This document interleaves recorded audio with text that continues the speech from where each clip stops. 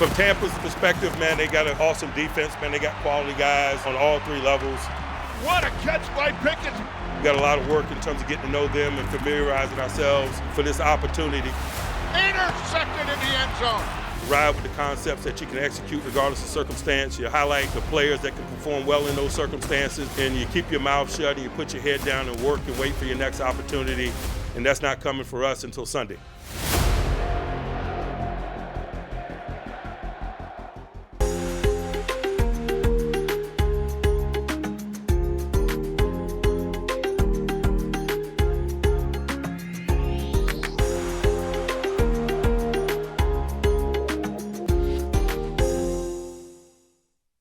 I like the efficiency, that we looked moving up and down the field, and then we hit the 20 and just didn't get in the end zone. And we looked at it. Definitely going to tweak some things to get guys some opportunities, and we have to execute and come out, with touchdowns there and points. Hi everybody, I'm Missi Matthews and welcome to the Matchup Show presented by Unibet. Kenny Pickett talking about finding the end zone as a starter for the Pittsburgh Steelers. The Tampa Bay Buccaneers are coming to Acrisure Stadium on Sunday. Let's talk all about it and welcome in our panelists today. We have Dale Lolley from Steelers.com, also Steelers Nation Radio, and his co-host on SNR The Drive, Matt Williamson, and also Hall of Famer, former Steelers outside linebacker Arthur Moats. So Dale, let's start with the Steelers offense. We heard there from Kenny Pickett on Wednesday. They were able to move the ball in Buffalo during his first start. How do they cash in? I was encouraged by what I saw of Kenny Pickett in the offense for large stretches of that game. But to his point, 0 for 4 in the red zone in that game. And it's a play here, a play there. Again, I stated this a couple of weeks ago. Their playmakers on this team offensively have to make a play, whether it be Mitch Trubisky at quarterback, whether it be Kenny Pickett at quarterback, whether that means getting your feet in the back of the end zone or making a catch along the sidelines or high pointing and catching, coming down with the football. Doesn't matter what it is, hitting the right hole. These guys are too talented to not get into the end zone. You can talk about the play calling, you can talk about everything else, but it's all, to me, all about individuals making plays. That not just them making plays, but them doing it consistently, because that to me is the more frustrating part. Each of these games this season, we can point to all of these receivers, we could point to these running backs, and whether it was Mitch Trubisky or Kenny Pickett at quarterback, and show where they were capable of making a play and where they actually did make that play. But when you're talking about the consistency element, that's the disconnect. When you look at some of the red zone failures, whether it's foot placement, whether it's just the consistency of catching a pass on 4th and 8. Those are some of the things that are keeping this team from being successful in scoring in the actual red zone. And one play that stood out to me in that same red zone sequence, George Pickens, he has a nice catch and he's about to get out of the tackle, but Khair Elam just makes a great play to just get, both of his ankles and keep him from going. Otherwise, that will potentially have been the first touchdown. But as a whole, the consistency is what's been largely missing, not just on offense, but with this team as a whole. I agree with both these guys wholeheartedly, and I thought Kenny played very, very well. But to be alarmed in any way of a rookie quarterback making his first start against this defense in that environment, struggling a little bit in the red zone, that doesn't worry me at all. I mean, that's standard for the course for a rookie quarterback to have a hard time in such a condensed area of space with 22 human beings squished into 30 yards or less. So I think he'll figure that stuff out very, very soon, and it was a great learning experience. So, Matt, do you think he'll settle in a little bit more, another week of practice where he's the guy as well and having the advantage of playing at home this week? Absolutely. I mean, he's passed every test to this point. There absolutely will be stumblings, along the way, as there were with Aikman, Manning, Lawrence, Luck, whoever you want to even talk about. But he is handling things from a maturity and intellectual level that I am very impressed with. I mean, again, he couldn't have been stuck in a more difficult environment. They were down, heavy on the scoreboard against a defense that plays almost all zone and isn't going to give you the big play. That's a great group of pass rushers in their building with severe winds, and that's the best team in the league. I thought he was really, really good. They only scored 3 points. The points will come. Bill, you mentioned. Also say, Go ahead, Mo. I'll also say this. Some of the things that I thought was also impressive when we were talking about Kenny was just his command. When you look at some of the play action pass stuff, man, him processing through what the defense is, him also understanding when to challenge some of these guys. George Pickens makes a heck of a play late in this game where he high points the ball, and it's literally just Kenny saying, hey, I'm going to give my guy a chance to be better than your guy. I'm going to put this ball up here, and George ultimately goes up, high points it, two hands, keeps the ball away from his body. Those are some of the other things, man, that Kenny is bringing to this offense that I really was liking. I thought was really impressive by him with all of that context that Williamson just labeled out right there. Dale had mentioned the wide receivers. Here's Kenny Pickett from earlier this week talking about them and practice. I'm focusing on all the guys. There's certain plays, you're probably going to get a certain look where you want to get that rep in practice, and that's something that I definitely try to communicate to the guys, like, hey, I'm looking at you first here. Let's get a full speed rep at it so, the first time we get it's not in a game, because I've missed so much time not getting any reps at all with the twos and not getting any reps in camp really with the ones. So now that I had the opportunity to do that, it's something I want to keep taking advantage of in practice, and the guys have responded real well to it. All right, Dale, there you heard from Kenny Pickett once again. What do they need to do, especially against this Buccaneers defense this week? I would really, really, really try to isolate George Pickens down the field and maybe even in the end zone. Can I state that again? I'd really, really, really like to isolate him and throw him some of these jump ball type things in the end zone. You want to talk about scoring and do those kind of things and correct your red zone issues. Get the guy who's been the most consistent for you over the last few weeks, the guy who has shown that he's capable of going up and getting it and beating cornerbacks one-on-one, and get him involved in the red zone. Yeah, more targets, more targets, more targets.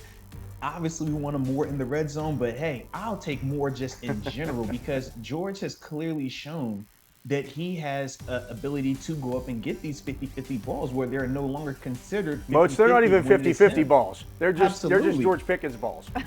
No question. I mean, you saw right there, man, that's the beautiful play, him high pointing it, two hands on the ball. But I also just love the energy that he plays with. He always looks like he's ready to take it to the house, and when he gets tackled, he's mad about it. He's like, nah, man, come right back to me. Let's do this again.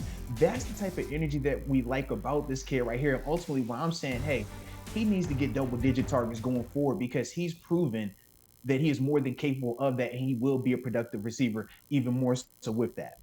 Yeah, he's a special player. He's a special talent. He's a special competitor. I think this is a unique challenge, though. I mean, I was fortunate enough the year that I was with the Browns, Todd Bowles was our defensive back coach along with Chuck Pagano. So I've been a big Todd Bowles fan, and I've really paid attention to his career. He really stresses stopping the run with Vita Vea and those guys, and then he blitzes. I mean, he is an aggressive defensive play caller.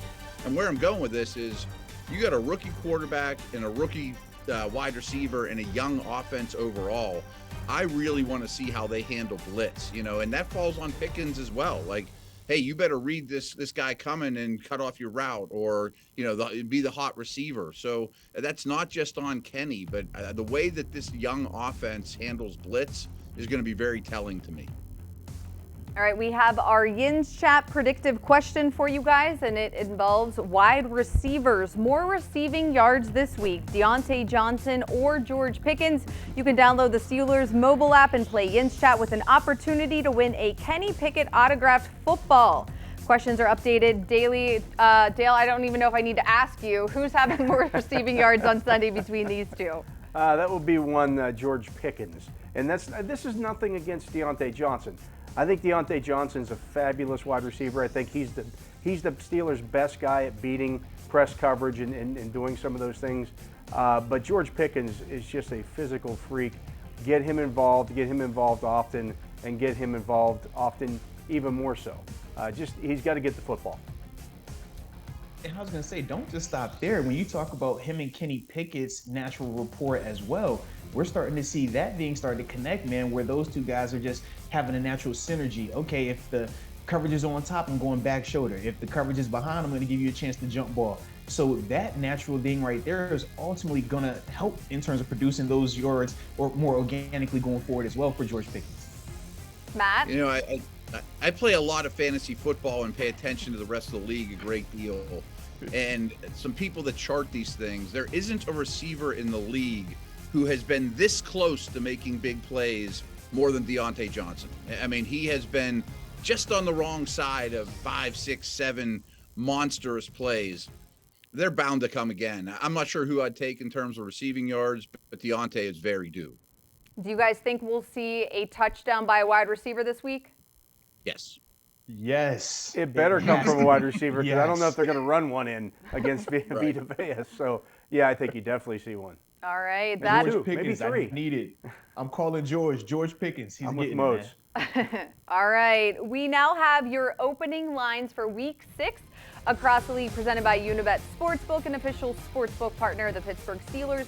If you're in Pennsylvania and ready to place your wagers on any of this weekend's matchups, just download the Unibet PA app or visit pa.unibet.com. Still to come, we're going to talk about the Steelers defense, a number of injuries to keep a close eye on, but we know who the quarterback for the Tampa Bay Buccaneers will be on Sunday. We'll talk TB12 and much more when we return.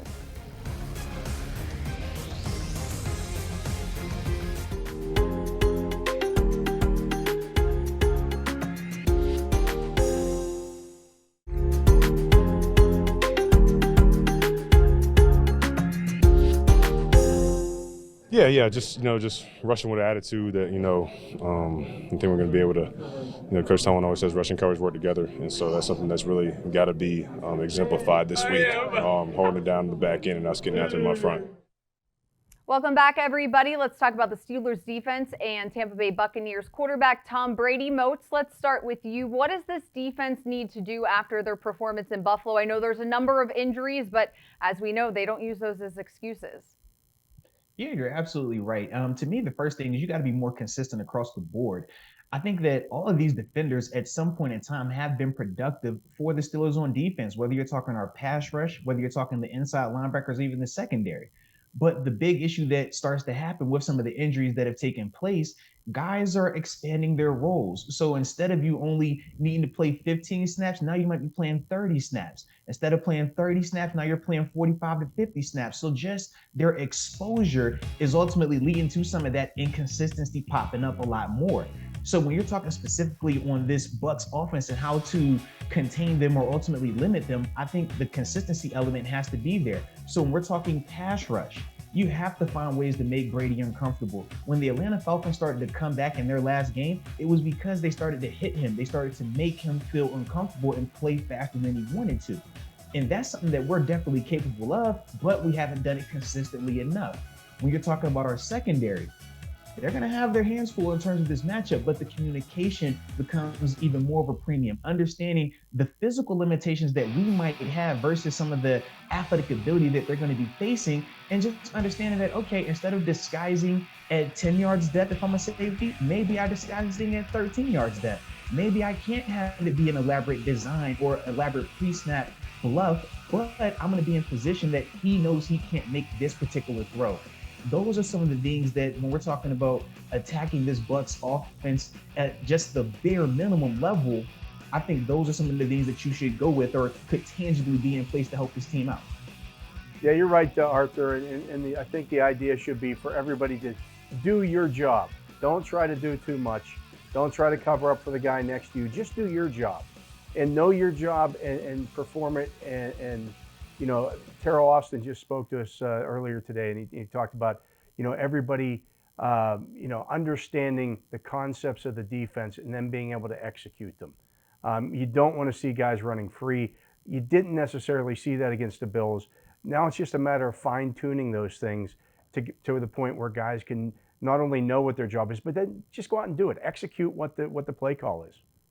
Yeah, and part of the issue, even with some of that stuff, especially in the front seven, is because of no TJ Watt. You have seen DeMarvin Leal have to move around a little bit more. Cam Hayward have to move around a little bit more. So instead of them having, this great understanding and detail at a position that they major in terms of being an interior D lineman, they're having to play snaps at a spot that they minor in, being an outside defensive end. So you can see when they bump out there, they're still good players, but the detail isn't always there. And that's across the board with a lot of the players that have had to play multiple spots in response to the loss of TJ Watt. And that's one of the things that, even though we just say is one player, his impact and the ripple of that is felt by, 5 to 7 players essentially, man. So that also is one of the underlying things that has to help out in terms of just those guys getting more reps out there. They'll start to understand it more and then ultimately have that understanding to be a little bit better at that position. Matt, is Tom Brady still the quarterback that Steelers fans love to hate? Oh yeah. I mean, he's a computer. I mean, there's been no one like him. And he has not declined really hardly at all. I mean, I don't think he's a top 3 quarterback, but he's not far away. There's 2 keys to me to defending this team, and there is no blueprint on Brady, or he wouldn't have every record on the planet and still be winning, at such a clip that he is. But where teams have had the most success with him is interior pass rush, and he doesn't like big bodies bearing down on him, and he's not super agile anymore. So to me, Cam Hayward has to be the best player on the field, and I think he's still capable. We haven't seen him be the best player on the field quite yet this year, but I think he is very capable and pushing that pocket, particularly in the pass game. And then the other aspect is I don't want Steeler fans to freak out if at the end of the day, Tampa has a lot of rushing yards, because they are a very poor rushing team. Brady has thrown the ball over 50 times, 2 games in a row. They basically have abandoned the run. So if I'm the Steelers, I am begging them to run the football. I mean, light boxes. And at the end of the day, Leonard Fournette might have 130 yards and Tampa might have 17 points and you're still in the game, especially if the corner lined up. And literally, there's only been one other game this season where they've had a 100-yard rusher on the ground. Yeah. Other than that, you're absolutely right. Their rushing attack has been, non-existent. It's dismal. Yeah, don't let Brady do what Brady wants to do, which is go drop back and throw the football. Dare them to run the football. It's a great way to, again, slow down the game a little bit and, turn it into a, maybe a 5 or not 5 possession each game, but how about a 6 or 7 possession each game, and give your offense a chance to get a couple on the board and make it a 1-score game. On this very show last week, we talked about having to make Josh Allen uncomfortable. He didn't look too uncomfortable on Sunday. No sacks, only 1 hit. How do you get to Brady with this pressure? Up the middle. But, I mean, not easy. I mean, again, he photos of Giselle on the top of your helmet? I don't know. Oh, Dale, low blow. I mean, he gets the ball out of his hands quicker than any quarterback in the league. But they have a rebuild offensive line, and I do think up the middle, especially Hayward, is your best bet. Yeah, I do like that as well, man. And more importantly, up the middle, because one of my JMU guys is no longer playing. He's injured over there, Aaron Stinney. So you're absolutely right. Definitely take advantage of the interior part. All right, guys. Well, thanks so much for all of your insight today. And thanks to everybody at home. You are watching the Matchup Show presented by Unibet, Steelers, and Buccaneers Sunday at Acrisure Stadium, 1 o'clock kick. We'll see you back here next week.